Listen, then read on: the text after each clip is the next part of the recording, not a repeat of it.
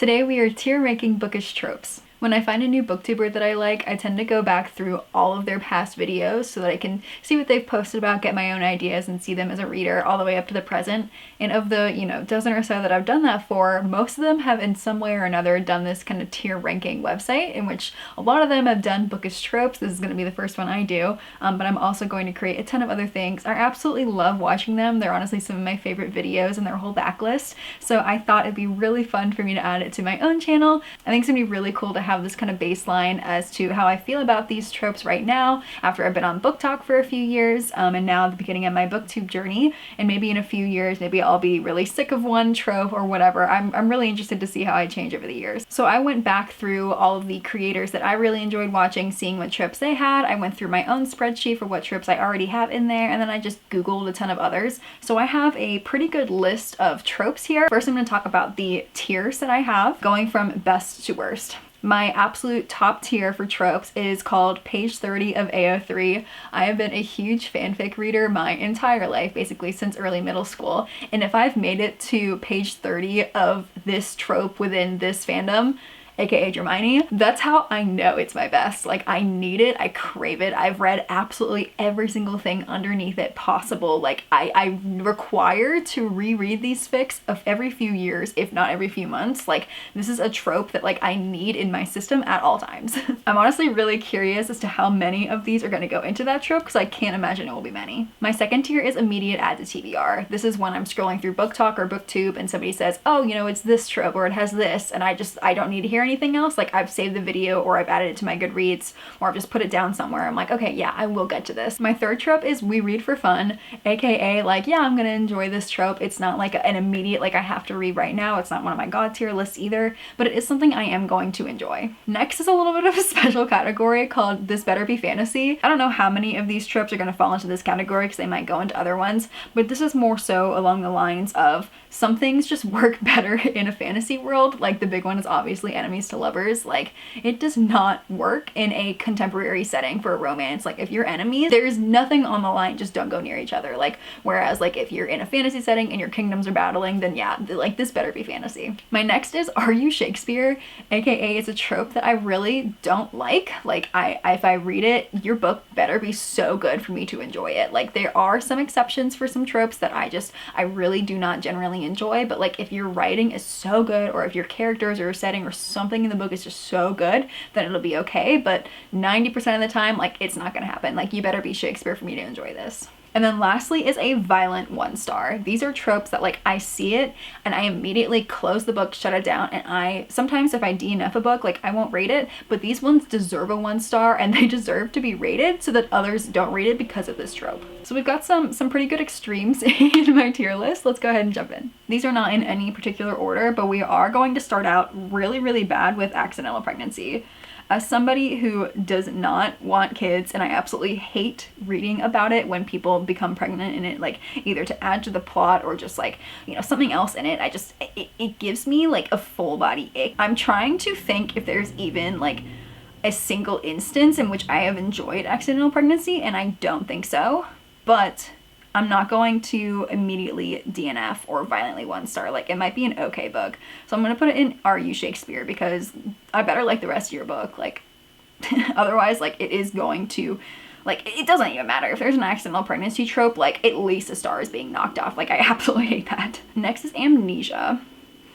It hasn't worked too well in the few instances that I can remember it. It's not my favorite at all. Like, you better be writing it really well. Otherwise, like, what was the point? Like, if the entire point of them getting amnesia is to like further the plot for some reason, like that pisses me off. Like, there has to be like a bigger end game. Next is a school or university. Like, this is a lot of times obviously in dark academia or Hogwarts or anything like that. It's not an immediate as a TBR, but I do enjoy it. Brother's best friend or best friend's brother is not going to be an immediate added TBR. Like, it's just like an okay thing for me. Like, it has to be done well, but like not to the point where like you have to be Shakespeare to pull it off for me. Like, I can enjoy it. It's not super likely that it's going to be my favorite trope, but like I can enjoy these books. Same is going to be set for billionaire. I don't reach out for them. I don't immediately put it on my TBR if they are a billionaire. Like,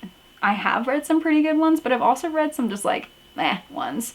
So it's gonna be like middle of the line. Hero corruption. This is something I wish there was so much more of out in the bookish world. I would love, love, love to hear more about people going in their redemption arcs. So if I find something like that, I will put it immediately to my TBR. I can't even think of any off the top of my head in which the hero has been corrupted, but I think it is just, it needs to be out there so much more. Okay, boss X employee. It is going to immediately Are You Shakespeare?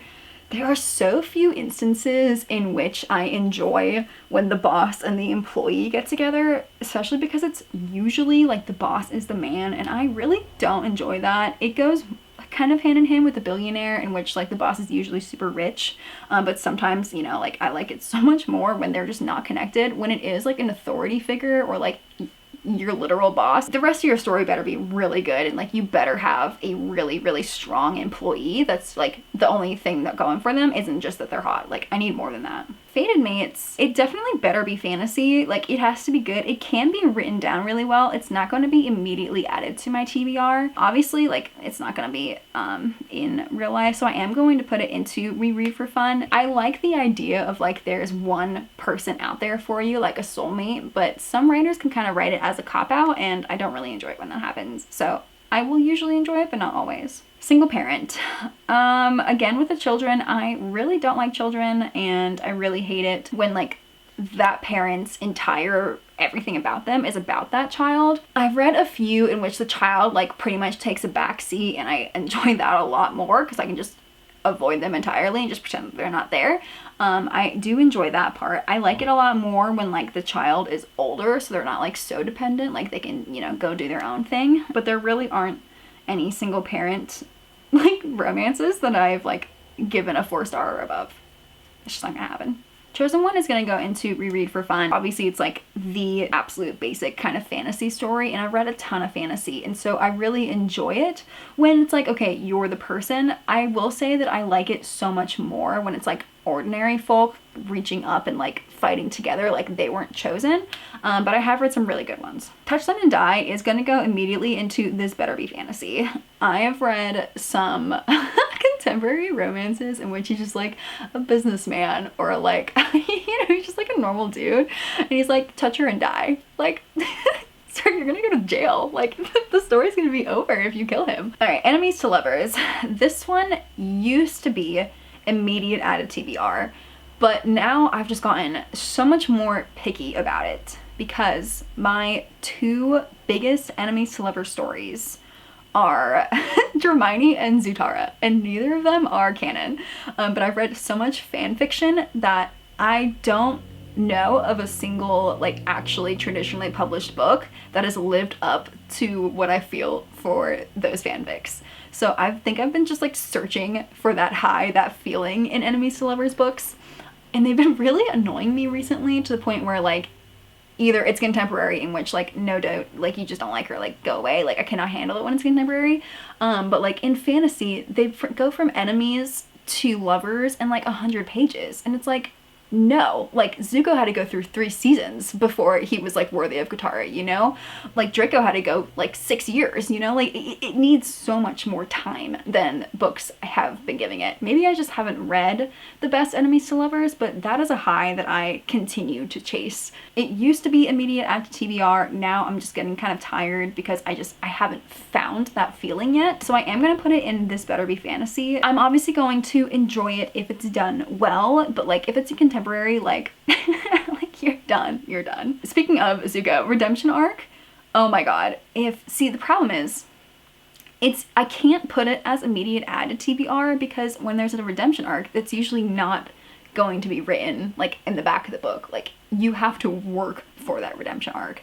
If somebody told me that there was a redemption arc, like I would be kind of upset. Like I want to be able to experience that for myself, you know? So like you can't exactly add it to your TBR when you don't know it's there.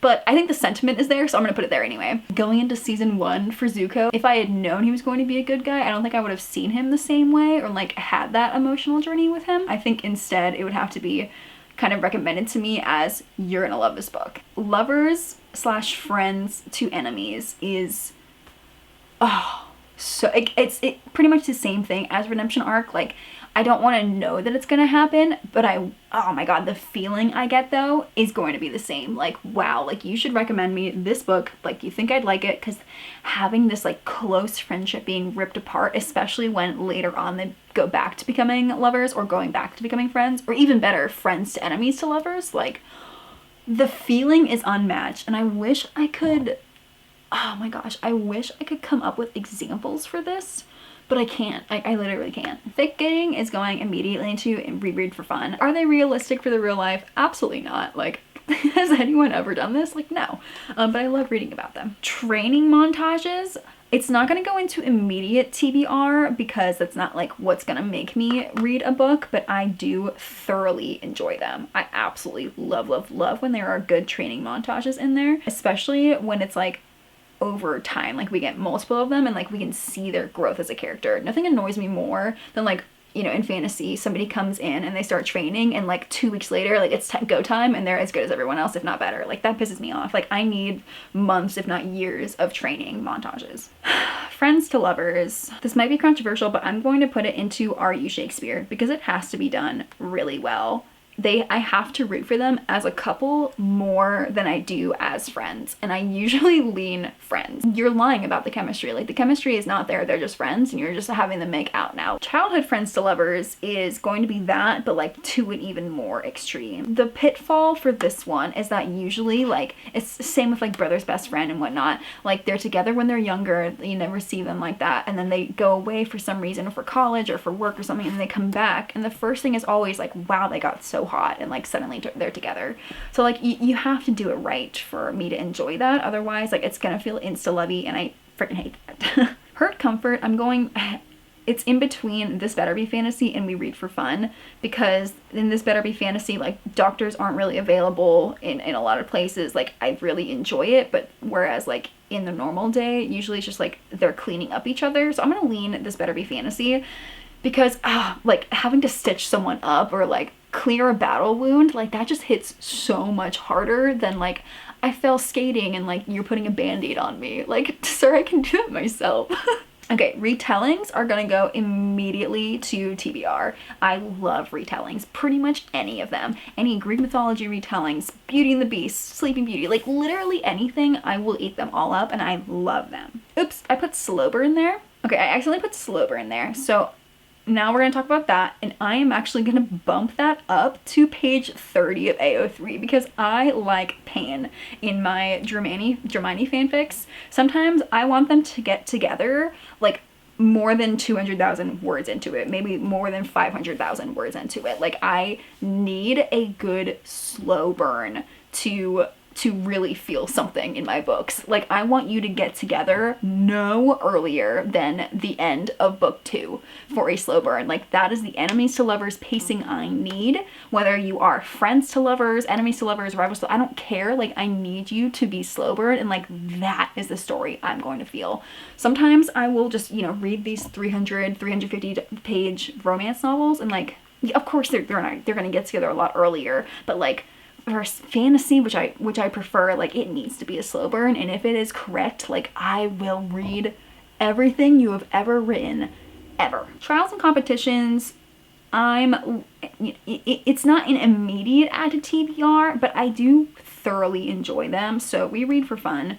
It just always adds some high stakes into it, with the caveat of if there's this huge dramatic plot point of these trials and competitions, like it has to be a big part of the plot. Like you can't have it as the background while like they're actually just like falling for the love interest over here. Like I need it to be prevalent in your book for it to work on me. Academic rivals to lovers.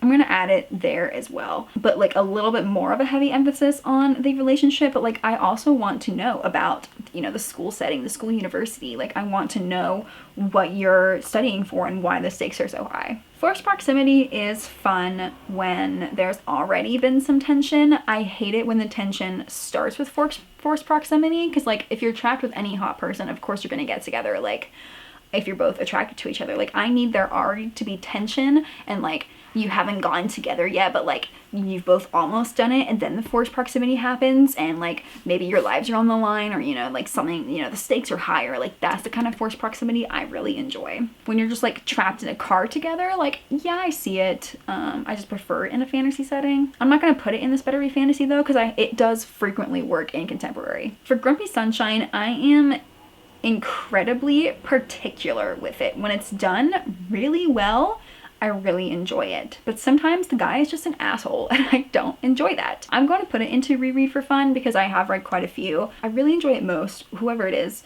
when the grumpy person is not an asshole, low bar right now, but when they are not so much grumpy as they are like, they just hide their feelings a bit more. Like, they're not like angry at the world, they're just a little quiet, and they don't like, you know, wear their heart on their sleeves or on their faces, you know, like they're the person that silently gets things done. I enjoyed that a lot more. And also the sunshine person cannot be so overly sunshine that it annoys me, in which many sunshines do, because they're just so energetic and so over the top, and it's like, yeah, they balance each other out, but like, I can't stand you. All right, the more I think about it, I am gonna move it down to Are You Shakespeare, because I am pretty particular about it. Arranged marriage, I can't even lie, I love it. I absolutely love arranged marriages. When it is in a fantasy setting, like they're two princes and princesses or whatever, and like they have an arranged marriage, like, oh my god, I freaking love it. When it's in contemporary, the situation has to be really good. It can't be mafia, because I don't like mafia. This could also be, this better be fantasy, but if it's an arranged marriage, I enjoy. I Hate Everyone But You. Again, it's very similar to the Grumpy Sunshine. I'm gonna put that in Are You Shakespeare, because you can't be an asshole just for being an asshole's sake. Like, like you gotta have reasons, but the reasons also can't just be like, I'm traumatized by something. I'm particular about it. I do love it when the other love interest kind of realizes it, and we kind of get dual POVs, but yeah, it's gotta be written well. Wow, so sorry about that lighting. I guess a cloud or something came in and my room got so much darker. Anyway, we move on. Idiots in Love. I have this one particularly because of Hermione, and it's when they are so in love with each other, but like they think they're hiding it from each other, and so they don't understand that they're in love with each other, but everyone else can see it. I love it in a Hermione setting. You gotta be Shakespeare though to have it in a contemporary setting, because if like you're too stupid, that's going to bother me to no end. Marriage of Convenience, for all the same reasons as arranged marriage, it is more so in a contemporary than a fantasy in my experience, but I eat it at the same. Okay, Knife to the Throat. Obviously, this better be fantasy, like that's duh, but it also kind of leans Are You Shakespeare, because I've gotten so many Knife to the Throat fantasies over the years, and oh my god, like you have to have a really good scene and make it make sense and make them like not just be horny the whole time for me to actually enjoy the scene nowadays. Like, I've read it so many times, like it has to be good. It's Always Been You. This depends. I'm going to put it in, okay, it's between these two. It can be written very well, but it also can be written like shit. The book I'm reading right now, she's been in love with him her entire life, and I love that she's like fighting him on it now that he's showing feelings. Like, you have to have a backbone. Genius character, I freaking love it when one character is just like incredibly smart and is like the backbone, the brains of every operation. Like, I freaking love that character. I need all of my characters really, but particularly the main characters, to have some high level of emotional intelligence, particularly like emotional chemistry and intellectual chemistry. Like, that's just like a baseline for me personally. Like, they need to connect on like a mental level before I can believe that they can connect as a couple. So having a genius character thrown in there like makes me believe that, yeah, this author this sounds awful, but like makes me believe that this author is smart, and therefore like I am going to be like in good hands with you. Found family, for similar reasons. Obviously, I'm going to love them. Everyone loves a good found family.